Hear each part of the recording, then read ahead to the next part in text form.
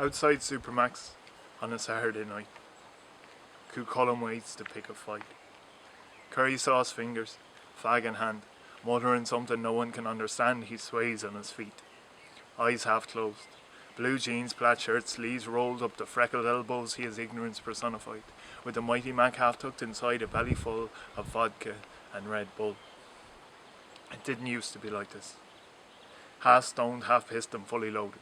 Primed and ready to explode for no real reason, lashing out with all the insecurity and doubt that comes with getting wrecked, too much in using boozing as a crutch for hating other shite in life, the job, the kids, the house, the wife, the credit cards, excessive loans, the tailor toots and 4G phones, the cars, the bars, the dingy clubs, the battle scars of old man pubs where songs were sang of heroes old, poems recited, stories told of how the Fianna roamed the fields with pointed spears and rounded shields, and how one man of Ulster came to bear the great Cúchulainn's name, and when he heard that name he knew that he was born to fight and do what others did for centuries, for Ireland's bid the injuries they wore as medals, heroes, all are martyred, all the ones to fall. He raised his glass and drained his pint and stumbled out into the night, determined now to pick a fight. He swings a left and then a right. His victim, just some random bloke who stopped to ask him for a smoke. He knocked him to the ground and kicked his pent-up rage of politics. He kicked again and felt a surge, an all-consuming primal urge of power coursing through his veins, a force restricted and restrained till now he saw the chaos caused. He turned to look, a break, a pause just long enough to feel the crack. Then all was empty. Darkness. Black. When he awoke, inside a cell, a windowless, depressing hell of shit-stained walls, a concrete floor, a two-bit bed, a metal door, and visions of the night before, he felt the guilt, the shame, and swore that life must offer something more than sacrifice and blood and gore. The battles fought, the flesh alone could never cure the world nor hone the spirit's path, the lasting peace. So when it came to his release, he focused then on other things, like who it was that pulled the strings, that kept his fellow men enchained, and found one name of all remained, and more than others seemed ingrained down every dark and seedy lane that led him back with weighted facts towards the name of Goldman Sachs. He joined the dots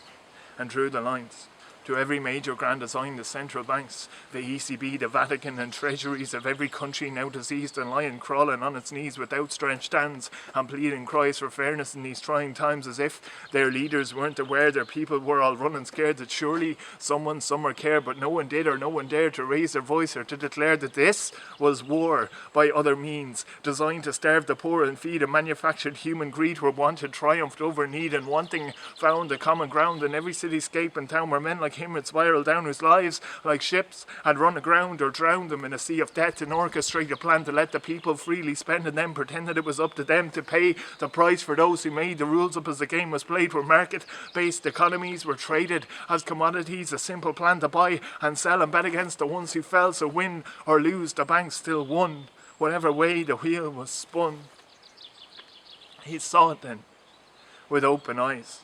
Had this long since been devised, to privatise the nation state, while corporations lay in wait for those who could to emigrate before they came to lick the plate of all that once belonged to us, a fate derived from boom to bust, where boom was staged and bust was planned to form a cage around the land and squeeze the people by degrees, with ever more insane decrees that preyed upon her sense of shame, instilled by creed that were to blame for what's being played out in her name, while those who stop, who question, why are normal people, you and I, accountable for generations of free market speculations, are just denounced as ill-informed by those who countenance the norms of economic genocide, while systematic loss of pride and national identity has come to be an entity of global farce, a running joke. But in the darkness he saw hope alight itself across the land, as people came to understand that we've been fooled to think we're poor, but those who rule have made endure this policy of open theft that's left us broken and bereft.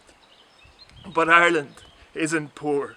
it's rich. Our lakes and rivers swell with fish, our oceans yield both gas and oil, our farms, our fields of fertile soil, our water's fresh, our air is clean, our culture turns the planet green, our authors known to those who read, our actors shown on silver screens, our forests still a sacred space, a solace from the human race, our pride of place and crack abound, our scenery is world renowned, our myths and legends date way back to places where they plant a frack, where prehistoric ancient ruins of dolmens, castles, passage tombs adorn the sacred sites of old, and now are seen as bought and sold for promises of liquid gold to those who see the dollar signs with no allegiance to the times when health was wealth that's been reversed. in this apartheid of the purse.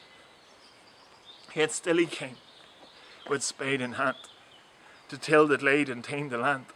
With boot to spade, at last he saw in every blade of grass and scraw that all that's rooted in the earth will cling to life for what it's worth, while all that drifts upon the breeze will never truly be at ease.